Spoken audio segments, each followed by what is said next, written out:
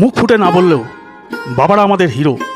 কিন্তু হিরোদেরও তো মন খারাপ করে, শরীর খারাপ করে, কখনো কখনো ক্লান্ত লাগে, দুর্বল লাগে।